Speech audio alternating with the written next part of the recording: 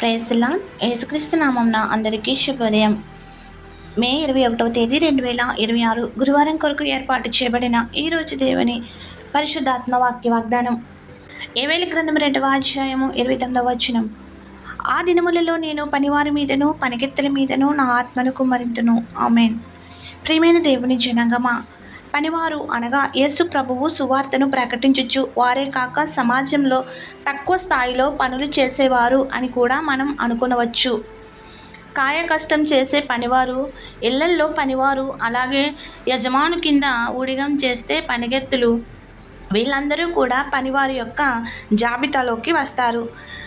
యజమానులు తమ పనివారు ఉన్నత స్థాయిలో ఉండటం వారు ఆత్మ పొందితే సాధారణంగా ఇష్టపడరు. ఎందుకంటే దేవుని ఆత్మ నడిపింపుతో ఏ మాట చెప్పినా వారి మాట వీరు వినరు. అయితే దేవుని యొక్క ఆత్మ కుమ్మరింపబడినప్పుడు ఉన్నతమైన ఆ స్థితిని కలిగి ఉంటే యజమానుడి యొక్క అంతరంగం తెలిసిపోతుంది. అతన్ని ఆత్మాభిషేకంతో పనివాడు హెచ్చరిస్తాడు. యజమాని మంచి మార్గంలో వెళ్తున్నాడా, చెడ్డ మార్గంలో వెళ్తున్నాడా అని వారికి దైవాత్మ నిజ మార్గం తెలియజేసినప్పుడు జాగ్రత్త పడమని సూచించెదరు. అది వారికి ఇష్టమవుతుందా? అవ్వదు.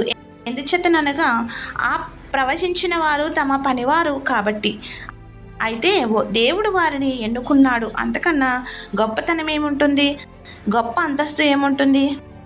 ఇక బోధకుల దగ్గర, యాజకుల దగ్గర ఎందరో దేవుని మీద ప్రేమ కలిగి దేవాలయ పరిచర్య, యాజకునికి సేవ చేయు పనివారు ఉందురు. అటువంటి వారు ప్రవచించుట కొందరు బోధకులకు ఇష్టమవుతుందా? ఆత్మ తాకడం వారికి రుచింపబడుతుందా? పడదు. వారిని నేను గుర్తిస్తాను, వారి భక్తిని లెక్కిస్తాను అని ఆత్మదేవుడు మాట్లాడుతూ కడవరి దినములలో పనివారి మీద పనికత్తెల మీద నా ఆత్మను కుమ్మరిస్తానని వాగ్దానం ఇస్తున్నాడు. ప్రియమైన సహోదరి, సహోదరుడా, నీవు తక్కువ పని చేయుచున్నావా? కూలి పని చేయుచున్నావా? చింతించవద్దు. దేవునికి నీవు ప్రియమైన బిడ్డవే. దేవుని ఆత్మను అడుగు. ఇప్పుడే నీకు తన అభిషేకం కుమ్మరించును. తద్వారా నీ దరిద్రత పోవును, నీ కుటుంబమును లేవనెత్తును, నిన్ను ఉన్నతమైన స్థితికి నడుపును.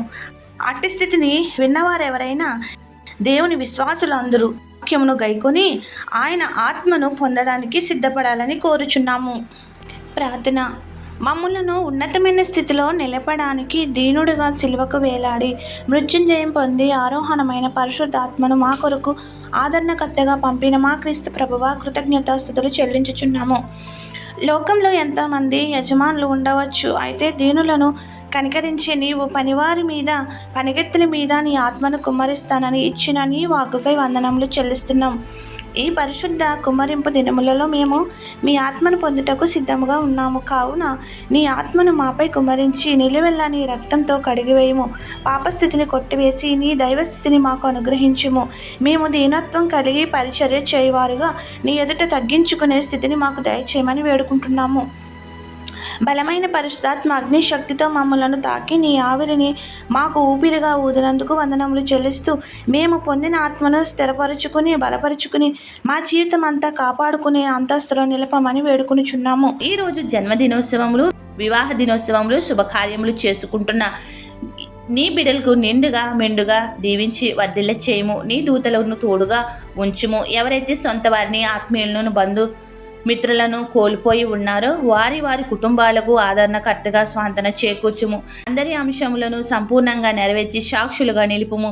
ఈ పరిచర్య చేయుచున్న కుటుంబాలను దీవించి ఐక్యతపరిచి ఆశీర్వదించి మేలులతో నింపమని వేడుకుంటూ ఏదైతే మరిచితమో విడిచితమో అవన్నీ నీకే సమర్పిస్తూ తండ్రి, కుమార, పరిశుద్ధాత్మ త్రియేక దేవుని నామమున పనివారి మీద పనిగత్తుల మీద తన ఆత్మను కుమ్మరిస్తానన్న ఉన్నత స్థితిని అందుకునే యజమానునికి లోబడే పనివంతులుగా అగ్ని ప్రభావమును మనపై కుమ్మరించి కాపుదల ఇచ్చి నిరంతరం కాపాడును కాక. ఆమెన్. ఇట్లా దేవుని స్వార్థ పరిచర్యలో మీ సహోదరి. ఆమెన్. God bless you. అందరికీ పరిశుద్ధాత్మ లేనిది వర్షము లేని పైరు చందం వేయది. వర్షము లేని పైరు చందం వేయది. పరబోధకముల వర్తితమైన పనులు జీవరహితములై అనుభవముగాని వైయుండు పరిశుద్ధాత్మను కోరుము. జీవమా యేసు ప్రభుని పేరట వేడుము.